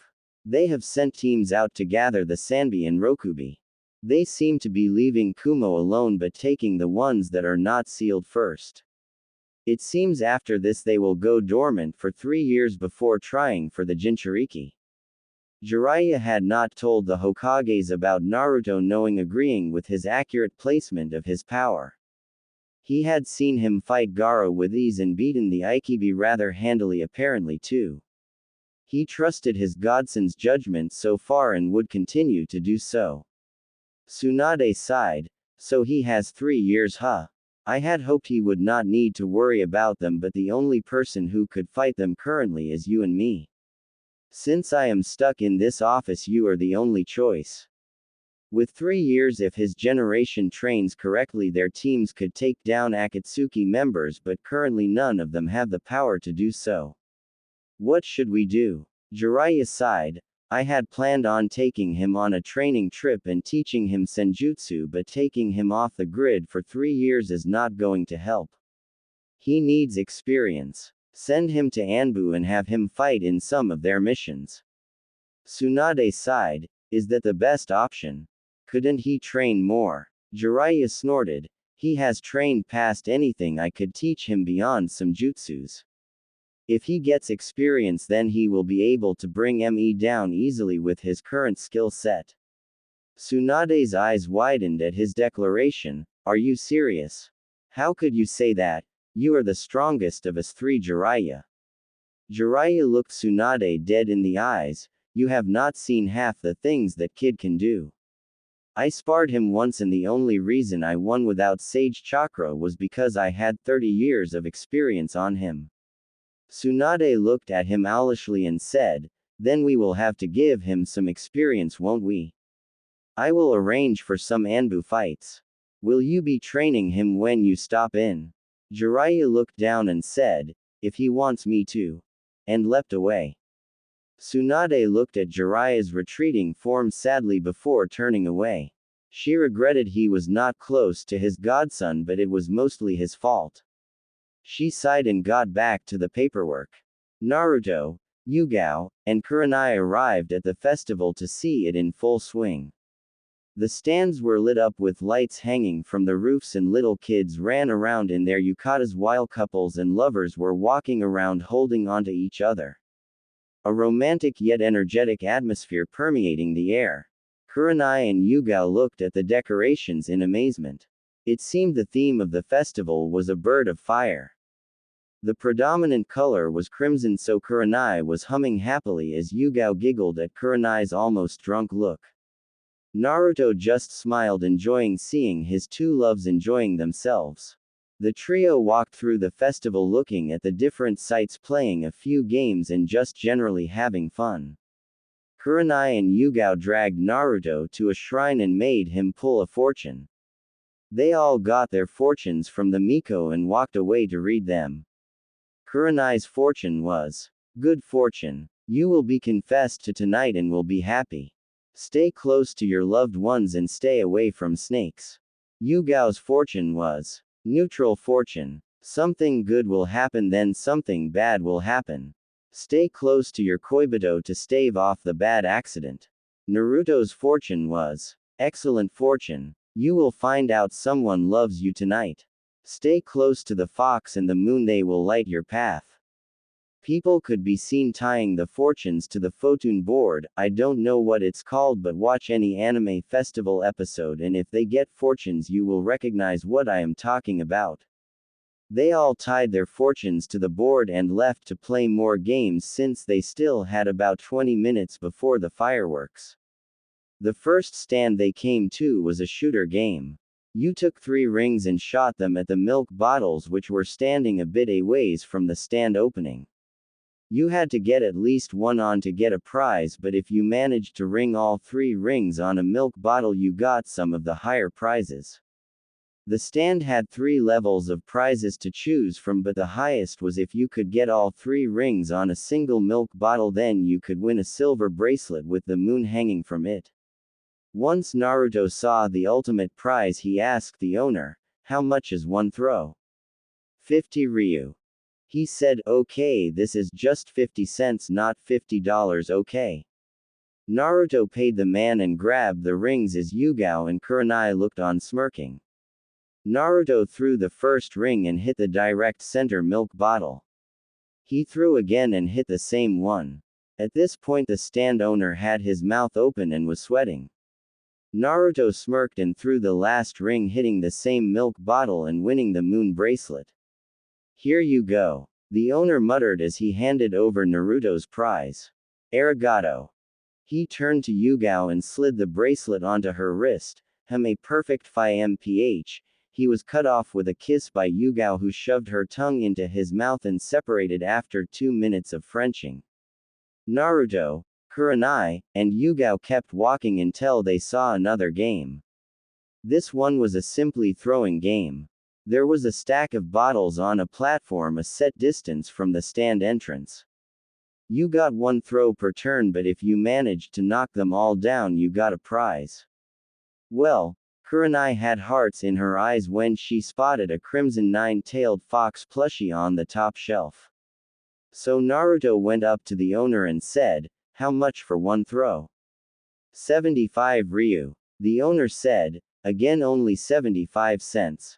Naruto paid the man and took the ball in his hand. Naruto weighed it and tossed it up and down a few times before he reached behind him with the ball in his hand and his arm whipped forward, throwing the ball through the bottles and knocking them down. Unbelievable. If I hadn't seen it I wouldn't believe it. Good throw, son. Which do you want?" the owner asked. Naruto pointed to the Kyuubi plushie and asked, "Why Kari Kyuubi? Isn't that like a forbidden name in Hai no Kuni?" As he took his prize. The owner chuckled and said, "You haven't heard of Naruto Namikaze, the last heir to the Yondaime?" He made a good point about the Kyuubi most had been blinded about. The first time it ever attacked was random, and this was as well. It always seemed to leave us alone normally, and it seemed to even protect us for a short time. So I started to let these back in my stands in honor of what Namikaze-sama has taught us about demons. Naruto smirked and said, "Arigato," leaving a bit of a confused man. Naruto gave the plushie to Kurenai, who squeezed it until it almost broke and had hearts in her eyes. "Hope this can keep you company at nights if I am not there," Naruto said cheerfully and got kissed again. "Let's go watch the fireworks," he said, and they headed to a hill where they could watch the fireworks from. The fireworks started almost right as they got situated, and Naruto and his loves enjoyed the show. Once it was over, Kurenai and Yugao looked at each other and looked at Naruto and told him they wanted to go home now. Naruto chuckled and they began their trek home. Naruto woke feeling wonderful. He was surrounded by his mates. Wait a minute. He cracked his eyes open. Where's Murasaki Harem? He thought. He let his eyes wander around before spotting a note on the side table. He made a KB seamlessly, and with a soft pop, the KB came into existence, and without saying a thing handed the note to Naruto and poofed away again. He would not risk waking Kurenai just yet. He was worried for her and Yugao because he knew that there would be some changes within their bodies since he marked them now.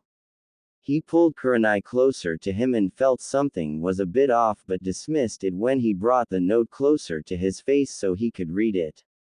It said, Anata, dear. I had to go get few things because of the changes your mark brought on.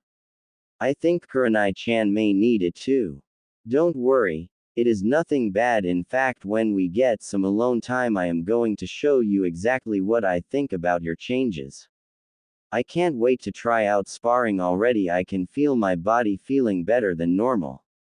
Anyway, I will be back early afternoon. When you wake up, you might want to take a shower. It smells good, but you get sticky from all the sweat. Love, your Murasaki Harem. Naruto blinked and took a deep whiff of the room and smiled. It did indeed smell good to him. But he could feel his thighs were sticky with his lover's juices, so he went to move and Kurenai stirred. Kurenai woke and could feel a slight throbbing in her lower regions. She felt Naruto move near her and she snuggled in closer to him as she took a deep breath of him. She was happy she had finally done it and that it had been Naruto she had done it with. She blushed a bit at Yugao being there, but she had helped and made her feel better, so she was happy she had asked for the threesome. For some reason, though, her chest seemed heavier today. She attributed it to her sex-induced euphoria and wrote it off as she snuggled Naruto and giggled like a schoolgirl. She heard Naruto move and he said, "What's so funny, Megami-chan?" Kurenai cracked a red eye open and looked at Naruto, catching a few more details than she usually did when looking at his face before responding, "Nothing. I am just happy, that's all." She smiled radiantly at him when he smiled at her and sent her heart beating like crazy again. She felt herself heat up and thought, damn, I just did it last night. I hope this isn't an every-time thing, then I don't know how we are going to leave this bed. Naruto asked, "Do you want to go take a shower?" Yugao-chan said she was going to pick up a few things and it is only 10. She said she would be back early afternoon, so we should shower and eat some lunch. Kurenai's eyes gleamed. Sure, Koibito. Let's take a shower. She purred and got up from the bed, shaking her hips as she went towards the shower. Again her chest felt a bit heavier, but she was too focused on what her instincts were screaming at her to do to notice fully. Naruto watched Kurenai walk off, swaying her hips, and entered a bit of a trance, staring before snapping out of it and walking towards the closet. Kurenai heard the bed move and peeked back at Naruto, expecting him to be walking towards her, but saw him walking towards the closet and fear of rejection set in before she blurted, "Where are you going?" Naruto looked at her and said, "To get some clothes so I can take a shower down the hall." Kurenai sighed in relief and walked over to Naruto. "Koibito. I was telling you to come in the bath with me." Naruto's eyes widened and Kurenai could see his response as his member rose. She smirked and led him into the bathroom. Naruto and Kurenai were eating lunch about 30 minutes later. Naruto had sent a KB down to make lunch after their little session and they had cleaned themselves up. Kurenai had gone in just a overlong shirt, enticing Naruto to look at her, which he took no time in ogling her even though he had just had sex with her twice. Now that he had sex, he was free to ogle, as he would call it, and enjoyed every second of it. The sway of her S and the tantalizing flashes of her neatly trimmed black bush downstairs. Naruto had also chosen to tease Kurenai and wore only some boxers to breakfast. She was examining the body. She had been running her hand all over the entire night and morning and been licking her lips unconsciously the entire time. They continued eating their lunch, enjoying their lovers' company, enjoying their lovers' bodies, and just plain basking in that after sex no longer a virgin feeling. Naruto's confidence had been boosted quite a bit. He did not know if he was the best, but he could satisfy his loves, and for him that was more than enough. He was extremely happy with what had happened and appreciated the girls waiting so long. He never knew this was what it felt like to want to have sex for love and not just a physical attraction. Now he did. Kurenai was fidgeting around. She loved how she drew Naruto's eyes every time she jiggled. She could feel his stare at Harem. It was turning her on, but it also gave her a new sense of confidence. She had always been the target of men's stares, but the only one she had taken any merit to was Naruto's. Now that she was sure she appealed to him as much as he appealed to her, she was basking in that feeling. Naruto suddenly spoke up after their lunch had been finished and said, "I am going to go train with Kamikaze in the back, okay Megami-chan." Kurenai looked saddened a moment about Naruto leaving, but she flashed him a smile and said, "Of course Koibito. I'll let Yugao know, and I am going to go see Anko-chan later, okay?" Naruto nodded, got up, and went upstairs to change and shunshined out to the training ground so he wouldn't be tempted by Kurenai anymore. Even though he had just done her twice, he was raring to go. Something was bugging the hell out of him and wearing his barriers of self-control down about physical interaction with the girls. He had let them tease him as much as they wanted, but kept his hands off to avoid anything too much going on except the occasional grope. Now he wanted to just walk up to her and run his hands all over her sides and ass until she was moaning in pleasure. So he went to train to alleviate it. Yugao walked into the living room and saw Kurenai there watching some TV. She walked up to Kurenai and said, "So did you notice why I went out this morning?" Kurenai turned to Yugao with some surprise and a glazed look. "No." "Why? What changed?" she questioned. Yugao blinked at her inattentiveness and then saw the glazed look in her eyes. "You little minx. You did it with him again already?" Yugao said incredulously. Kurenai looked down and blushed. "I couldn't help it. He said something sweet and my body just reacted to him. All of a sudden I needed his cum to be filling me. I can't explain it, but it was the best experience I have ever had. Not that I have had much." She trailed off. Yugao frowned. "Okay, that is odd. I have never felt like that. I wonder if it has anything to do with our changes." Kurenai looked up surprised before saying, "Oh, that's right, he changed us last night, huh?" Yugao nodded and said, "Come up to the room. I want to show you something." Kurenai nodded and turned the TV off before following Yugao upstairs. Yugao locked the door and turned around saying, "Strip to your underwear. I want to see something." Kurenai blushed slightly but started to remove her shirt and left herself in her underwear as Yugao removed her shirt, pants, and shoes. Once they were in their underwear, Kurenai noticed what Yugao had been talking about. Both of their S had swelled a bit, bringing her to a mid-D cup and Yugao to bordering DD cup. She had been wondering why it was so hard to breathe. She took her bra off and sighed in relief as her S were freed. Yugao nodded and said, "I see you noticed the first thing. The second I noticed was that our bodies seemed to have aged a few years, maturing us fully. Finally, we are stronger, faster, and we have accelerated healing. Watch." She cut a small incision with her kunai from her pants and her wound sealed up much faster than normal until about 20 seconds later there was no trace of it. Yugao then reached into the shopping bag. "I guessed what size you would be, but I bought only 2 so you could buy more custom ones later."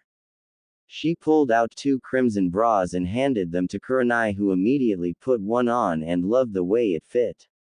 She asked what store Yugao went to and noted to visit it. "I am going to go meet with Anko-chan, would you like to come?" Kurenai asked. Yugao thought it over a moment before shaking her head. "Nah. I want to test my new strength and abilities. I am going to go ask Naru-kun if he would like to spar." Kurenai nodded, then replaced her clothes and headed out to meet Anko, whom she had contacted earlier, as Yugao put her clothes back on before heading to Naruto's training area. Kurenai headed to the dango stand she usually met Anko at, humming a soft tune to herself and enjoying the leisurely walk. She wanted to talk to Anko because she hadn't seen her a lot before recently and she wanted to make up a bit for lost time. She did not want to let her know about having sex with Naruto. She giggled at the thought, which sent many stares at her, because she would tease her relentlessly about it. Anko may be scrutinous about who she betted, but Kurenai would not even think about it before Naruto. Kurenai walked into the dango shop and sat down at their usual booth, ordering herself a sake as Anko walked in and ordered a few sticks of dango for her before she sat down. Afternoon, Nai-chan, Anko said exuberantly. Kurenai smiled at Anko and said, "Hello, An-chan." Anko raised an eyebrow before looking at Kurenai again. She shrugged. The nickname Kurenai usually only calls her when she is trying to get her to drop something off, and sat down. "So how did Kurisu-kun take the news yesterday?" Kurenai asked as she sipped on the newly arrived sake. "He was ecstatic for me. He couldn't care less, but he was happy I was happy." She trailed off as she saw Kurenai sigh. Anko's eyes narrowed. "What's going on?" "First, she is using my nickname, which she only uses when she wants me to drop something. Then she asks a question but doesn't even answer and goes off into la la land. Third, she is literally glowy. Ing. No way." Anko thought. "You had sex, didn't you?" she asked under her breath. Kurenai blinked and looked at Anko with innocent eyes. "Why would you say that?" she asked. Now most would assume she would be innocent because of the lack of blush and stuttering, but not Anko. She was not a master interrogator for nothing. "You are calling me nicknames. You don't listen to my answer to a question you asked. You keep sighing, and you are literally glowing with sex appeal." Kurenai's eyes lit up. "I goose, it is no use hiding, huh? Yeah, we finally took that step last night," she admitted. Anko's eyes got a gleam in them. "So, how was he?" she asked. Kurenai looked at Anko. "What do you mean?" Anko rolled her eyes. "You know, how was he? How did his feel as he pile drived it into your? How did it feel as he ravished you again and again? How did it feel as?" Kurenai blushed. "Enough. He was great. Managed to get me to come my first time. But he was so gentle and kind. He worried about me the whole time. Though yug." She stopped as she realized what she just said. Anko's eyes gleamed stronger. "So Yu-chan was there helping, huh? Or was it his idea?" she teased. Kurenai sighed. "I asked her to help. I was nervous. Anyways, he was amazing last night." She trailed off and got a dreamy look as she remembered this morning. Anko's eyes narrowed and she said, "You're hiding something from me." Kurenai cursed herself. Maybe having sex wasn't such a good thing if she could be read like an open book. "We did it again when I woke up this morning." Anko's eyes widened and she said, "That little horndog. Bet he couldn't wait to plow you again, huh?" Kurenai backpedaled, trying to make sure Anko wouldn't hurt Naruto, thinking he was just screwing her for her body. "Actually, I wanted it. I invited him into the shower subtly and he didn't get the hint until I dragged him in there." Anko grinned like a madman. "Oh ho ho. So Nai-chan couldn't wait for her second helping of blonde fox. Damn, he's good. Well, I am sure he will make you happy," she said with one of her rare true smiles, which had been appearing more often lately since Kurisu came into her life. Kurenai smiled lightly and said, "Yes, he does, An-chan. Yes, he does. Anyway, how is Kurisu-kun doing now that you can become a mother?" she said, changing the subject. Anko's eyes became misted as she remembered something, and the two girlfriends of over a decade continued talking until it became close to dinner and they headed off to their own men. Naruto. Naruto was training with his dual swords while Kamikaze was giving some pointers on what he could do with them. "Feel their presence, Naruto-sama. See how they harmonize. Channel some chakra through them until they resonate, then swing them together to form their ultimate attack," Kamikaze said. Naruto slowed his breathing and closed his eyes, concentrating on the swords in his hands and his chakra. He felt his chakra flow through his swords as if they were an extension of himself. He had been concentrating on his ninja skills since the Chunin exams and had let his kenjutsu lax. He berated himself for this and decided to train with his swords more this month and finally balance out the month after. He could still fight well enough, but using any of the special abilities of his swords were out of the question because of the fact he had not connected with them enough since Kamikaze transformed. He still was connected to Kamikaze, but he was the central intelligence. The swords themselves became semi-sentient, being able to determine whether or not to grant their full power to Naruto. He had managed to fix some of his connection, but they refused to go further until he used them more often. That was the message he got from their nudges in his mind. He concentrated and swung Denki.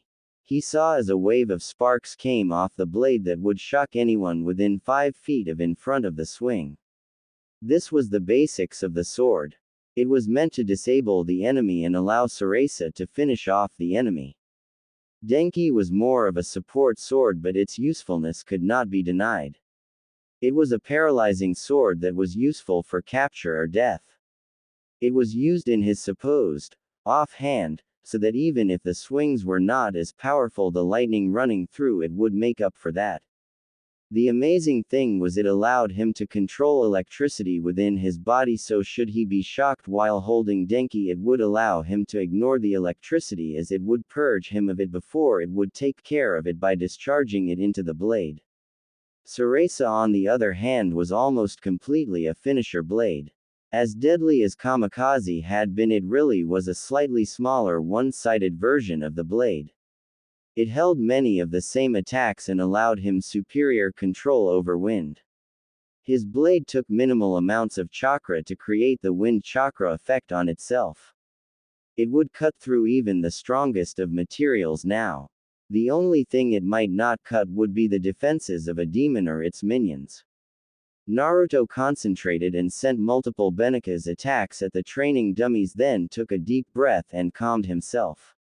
After doing this, he walked to the center of the training field and closed his eyes. He breathed and then started one of the katas Kamikaze had shown him. He started to go through the katas faster and faster until he was a blur, and he suddenly heard a clang. He opened his eyes to see Yugao smirking at him with a determination within her eyes. Naruto quirked his eyebrow and said, "Harem, what are you doing?" As they held their blades in stalemate. Yugao smirked, "I want to test my new body. Spar with me," she finished with a shout. Naruto's eyes widened. He had forgotten how he was going to have to change them. "Oh my Kami. How are you and Megami-chan? You aren't hurting, are you? Maybe I should go get Katsumi-chan to check you girls out." He started to ramble until Yugao leaned in and kissed him, silencing him. Yugao giggled as she pulled back and left Naruto panting, "We are fine. In fact, we feel more than fine. Now spar with me." She disappeared and Naruto had to block a slash aimed for his back. He smirked as he began a deadly dance with his Harem. 45 minutes later, Yugao aimed a strike at Naruto's right arm, but he blocks it with Sarasa and slashes at her with Denki.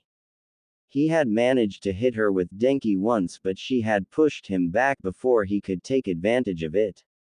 She had managed to stay out of the range of it so far. Sarasa was not even chipping Crimson Whirlpool, so she was ecstatic that the blade was so resilient. But there had been a rising need in her. As she kept fighting Naruto, she could feel her control slipping. Her body heating up more than normal as she continued her heated dance with her Hinata. She could feel herself beginning to give in and wondered if this was what Kurenai had felt when she had woken up. If so, she could hardly tell her to resist it. Naruto could feel his tension building. There would be little to set him off at this point.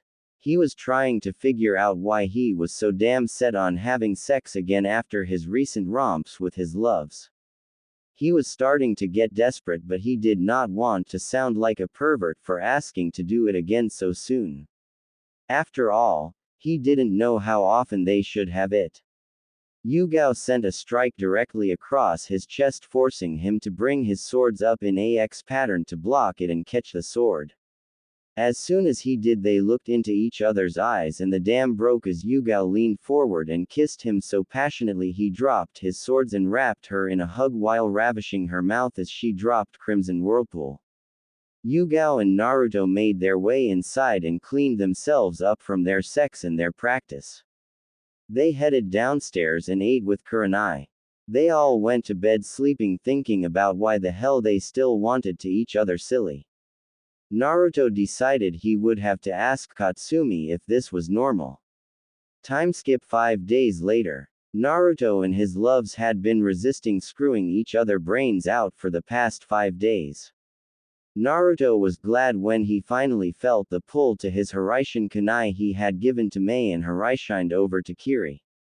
As soon as he appeared he looked around and noticed he was in the Mizukage office before he was set upon by 2 women both taking their turns kissing him.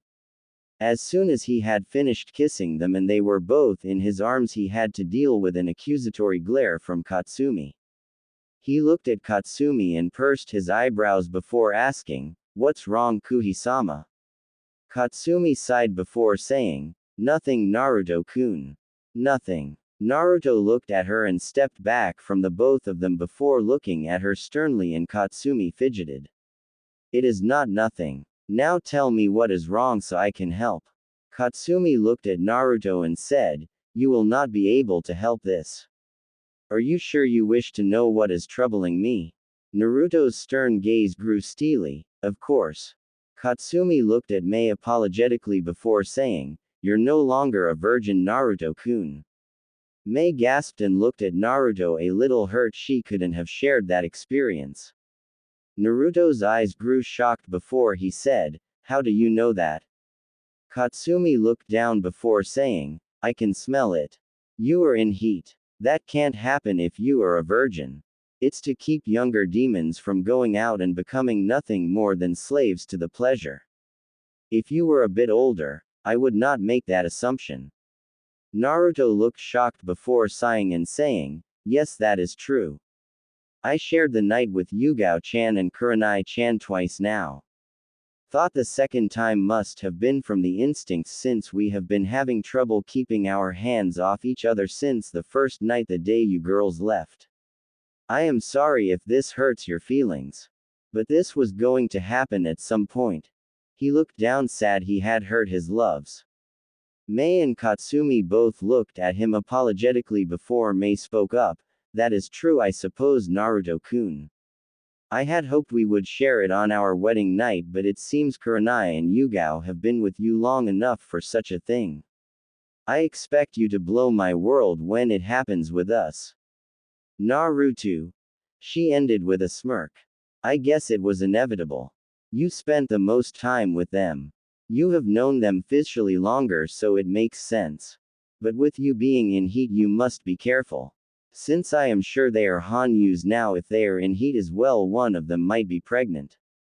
I will have to check when we go home to be sure. But I hope you used protection. Anti-pregnancy jutsus are pretty infallible even for demons." Katsumi said, imparting some knowledge to Mei and Naruto. Naruto nodded and said, "Have a good time, Mei-chan. I need to get home and explain things to Kurenai and Yugao."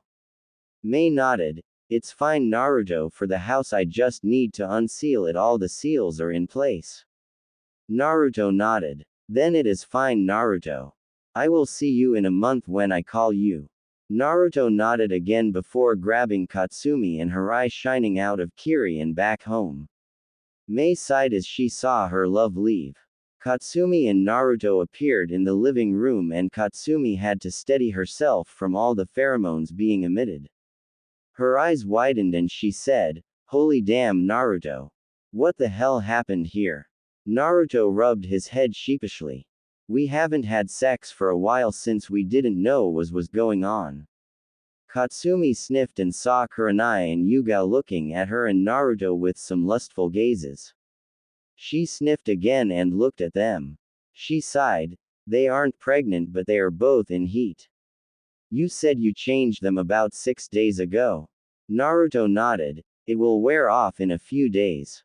Don't have sex again. Even jutsus sometimes fail. Naruto, it might be better if you live in another house for a few days." Naruto looked down and said, "Okay, Katsumi-chan." Katsumi nodded and gathered the girls explaining the situation. None of them saw the look of pain on Naruto's face as he shunshined away. Time skip 4 days. Naruto had been living in the other house for 4 days now. He hated it. It reminded him too much of his younger years when he was alone. But he dared not go near any of his loves because of his condition.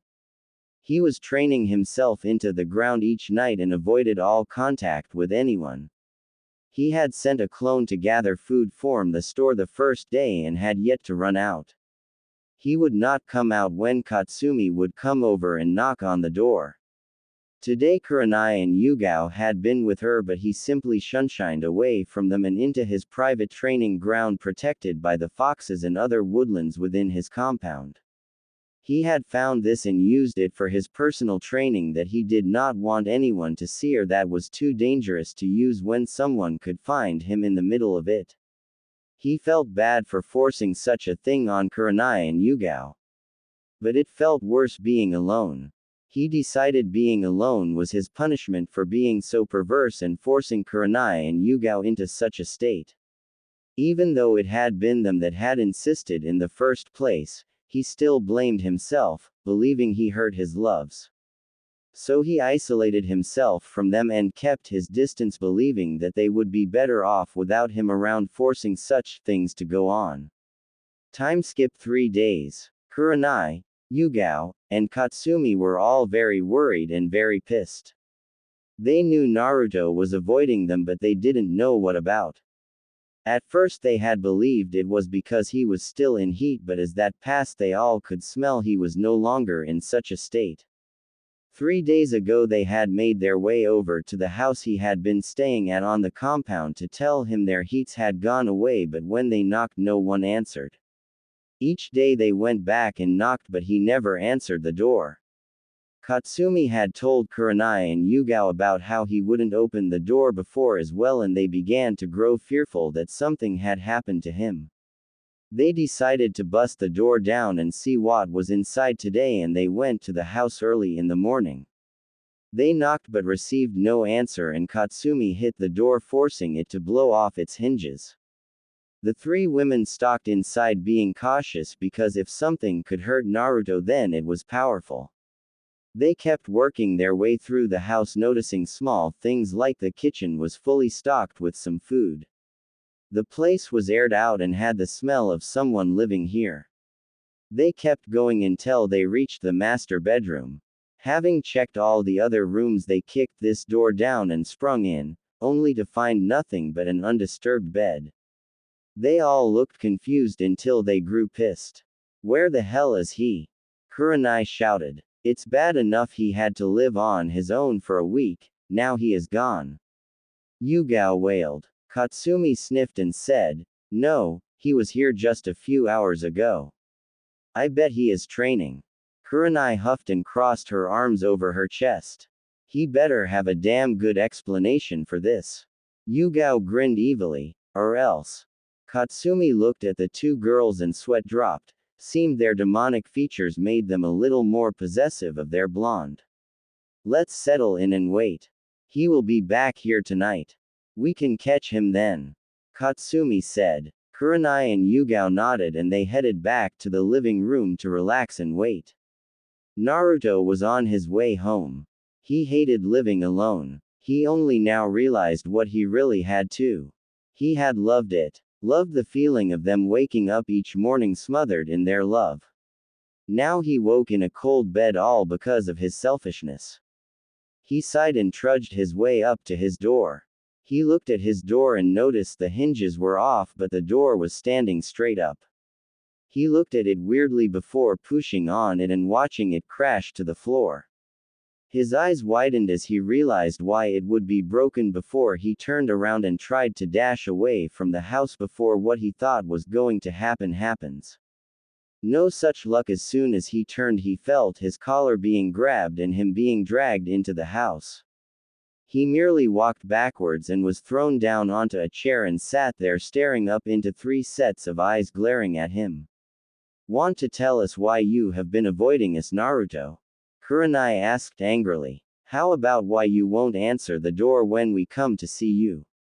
Yugao said. Or when I came to see you but you just ignored me. At first, we had considered you were just in heat but with time that passed. Katsumi said. Kurenai spoke before Naruto could say anything, so why is it you don't want to see us? Is it you don't like us now that we have gone this far? Yugao finished the blow. I mean that is why most men sleep with women then leave them. Naruto looked down. You don't need me around forcing you to do such perverse things. If you wish to leave, go ahead. I won't stop you. You don't need me. He repeated and was gone in a yellow flash. Katsumi, Kurenai, and Yugao's eyes widened and they all looked at each other. What the hell did we just say? Kurenai asked. More importantly, what the hell did we just do? Yugao said. Katsumi looked mortified. She had been with Naruto all his life and now when he needed understanding the most she had assumed he was being selfish. She couldn't believe she did such a thing. We have to find him. Correct this. I think it was the imbalance of chemicals making us a bit more agitated because of the pheromones and such, but that does not excuse our actions or words. I was careless when I told him to live in another house all by himself. Kurenai's eyes widened and she finished Katsumi's thoughts. Because he was alone when he was younger, telling him to do something like this makes him relive those years. Now he doesn't have you, Katsumi. Though he does have Kamikaze, that isn't enough anymore. Yugao said. We have to find him, but how? I don't know where he trains by himself. Katsumi made some yipping noises and some foxes came in. After talking with them for a bit, she said, Naruto has a special place he trains at in the corner of the compound away from everyone so he can practice his deadlier jutsus without someone, by this I mean any of the girls, happening upon the field. The girls immediately set off to correct their mistake. Naruto appeared in his training clearing. He immediately broke down crying from the harsh words from his fiancées. He stayed there crying as Kamikaze spoke up, counseling its young wielder. Naruto-sama, they do not mean what they say, you know this. Why do you insist on suffering for something that they chose to do? They loved you enough to have sex with you and agree to marry you. Why would they hate you for such a simple reason as doing something perverse when you are supposed to do that when you are with the person you are in love with? Please, Naruto-sama, stop crying.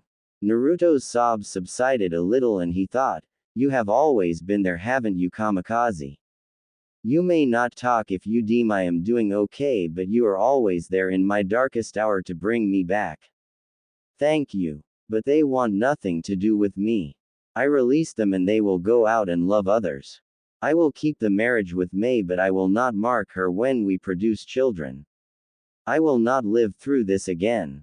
Nothing is as bad as loving someone and having them break your heart. I have endured wounds the likes of which could kill anyone, but this hurts much worse. Naruto-sama, you will always have me, but you must not give up on them. They knew not what they said. Trust me. Give them a chance to explain and you will see they love you as much as they are capable of loving another being. Kamikaze said. Naruto shook his head. I doubt I will see them again, Kamikaze. They will live the rest of my lifespan, but I will not live past May's if she will have me after hearing about this. Once he finished this thought, he heard the signs of 3 people making their way through the bushes. He dried his eyes and turned his gaze to the treeline where he heard the movement and waited. After about 3 minutes, Kurenai, Yugao and Katsumi burst through the treeline and beheld Naruto. His blue eyes puffy and bloodshot from his crying, but his demeanor noble and unyielding. They all felt regret run through them as he spoke in a voice he had for those he was neutral to. Not the loving tone they were accustomed to hearing from him. Is there a problem, Yuahi-san, Azuki-san, Kyubi-san? He asked. Each of the girls flinched as they heard him revert from using their names. Naruto-kun, I didn't mean what I said. Kurenai stumbled through, truly ashamed of her behavior. Yes, Naruto-kun, We know you would not cease a relationship with us or that you only wished for our bodies. Yugao said. Naruto-kun, we are sorry about the way we treated you, but. Katsumi said before being cut off. But what? Naruto almost shouted, his Yuki flaring. But you were angry. I suppose so. I forced you to do those perverse things, right? That's why I was keeping my distance from you. If I were around, you would have to do such a thing against your will. But it's okay. Go ahead and leave. I release you from the marriage promise, and you may find someone who will love you as you wish, who will not force you to do something. Go find yourself a place to live, and I hope you find another person to love you. Know this though. If Mei-chan will have me after this, I will not mark her. My life ends with Mei-chan's, or, if she does not want me, when I decide my generation has lived long enough. Eternal life will not be given to you, so you may live with your loves in the afterlife. Consider it a final act to you as my loves. Kurenai, Yugao, and Katsumi were crying at this point. What he said was almost too much to bear. Kurenai spoke through choking sobs. I don't want to live anywhere but with you. Only you, Naruto-kun. Only you. She said as she sobbed in pain. I don't want anyone else to love. I love you, Naruto. Yugao said as her tears streamed down her face. I will never find another so long as I live, Naruto. You know that. Katsumi said. Naruto looked down at his loves, at their crying faces, and heard Kamikaze talk. You know they feel horrible, otherwise they would not be crying to you about it. They really love you, Naruto-sama. Do not turn down such strong love. They love you more than they could ever love anyone else. Their souls are entwined with yours. Do not push them away any longer, embrace them as you long to do. Naruto's eyes softened and he said, Gomen, Megami-chan, Murasaki Harem, Kuhi-sama. As he walked towards them, their eyes now shedding tears of joy as he looked at them. I was trying to stay away from you so you didn't feel you had to do anything. I blamed myself for our instincts, but it was not my fault. Could you ever forgive me? He asked as he bowed his head, not looking at them, and was suddenly tackled by them all crying happily into his chest. They stayed there, Naruto letting them cry and the girls enjoying the embrace of the one they love. Naruto had let his tails out and wrapped them all in a red and gold cocoon, keeping them warm as they all fell asleep under the stars. The next day, Tsunade called Naruto into her office to discuss something with him. So Naruto was on his way to the Hokage's office without his team, who was scheduled to reconvene once Hinata made Chunin. They would be an all-around team. Naruto walked up the stairs and knocked on the door to the Hokage's office and heard a "come in" come from the office before he entered. Once he did, he saw that Tsunade and Jiraiya were there. Ohio, Hokage-sama, Jiraiya-san, bowing his head slightly to each. Jiraiya waved, happy he had been greeted but sad that he was still Jiraiya-san. Tsunade smiled slightly before saying, Naruto-kun, I heard that your skill level is extremely high, but there is an organization that is after you, or more importantly, the Biju. Naruto glanced at Jiraiya, who shook his head slightly, and Naruto sighed before saying, I already know about Akatsuki Hokage-sama. Jiraiya-san informed me about them when he learned my actual skill level. Tsunade shot a glare at a shocked-looking Jiraiya before turning back to Naruto. He should not have done that. You were a genin. Naruto cut her off. The council saw me as a junin. Do not presume things upon rank. As a genin, I had enough power and skill to match you if you aren't at the top of your game, Hokage-sama. I believe our fight was proof of that. Tsunade's eyes narrowed before she sighed, I suppose you're right. But do not interrupt me again or I will blow you through a wall, you brat. Naruto smirked. You can try, but even if you do hit me, do you wish to risk angering 4 of the strongest kunoichi on the planet? Suan paled a bit while Jiraiya laughed and held a thumbs up. Naruto turned serious and said, what was it you wished to speak about? Tsunade saw the change and said, I wish for you to join Anbu so you may gain some battle experience so you may fight these S-rank criminals when they appear to try to fight you in Konoha. Naruto thought about it for a moment before saying, what about my team? We are one of the best rounded teams you have and our success rate is second to none. Tsunade blinked and was a little surprised Naruto was not simply jumping around or simply agree to join Anbu the elite. They will be kept together and assigned another person. Naruto frowned. So you are going to take one of your best known teams apart so I can join Anbu and gain experience I could gain by fighting the Anbu while staying on my team. Though I suppose that puts everyone but Kurenai at risk of being killed by S-rank shinobi should they come soon. Tsunade nodded her head, exactly my thoughts.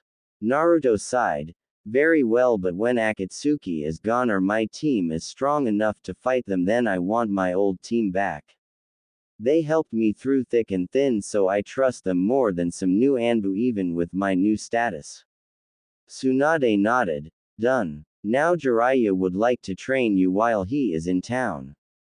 Naruto turned his gaze to his godfather who fidgeted under his gaze. Will Jiraiya-san be attempting mission with my team and I, if we find Akatsuki bases and the like? He questioned. Tsunade looked at him and answered, yes, if your team is deemed suitable for the mission. Jiraiya spoke up at Naruto's flick of his eyes, Suheim, Naruto and I are really the only one who can fight these guys. Even the lower ones could kill a full Anbu team no sweat. Tsunade sighed and said, yes, but if I don't believe Naruto is ready I am not going to send him to a potential death trap. He will only be sent with my approval. Naruto's eyes hardened a bit but he said, if Jiraiya wishes to train me when he is within the village so be it. I will enjoy sparring with him and perfecting jutsu. Jiraiya lit up like a Christmas tree when he heard the drop of honorific and turned to Naruto but saw a look that said, we are going to talk, and adopted a serious grin. He pointed up meaning at the Hokage heads. Tsunade sighed and said, welcome to the Anbu Fox. Naruto nodded and took the directions of where he was to report before leaving and Jiraiya following.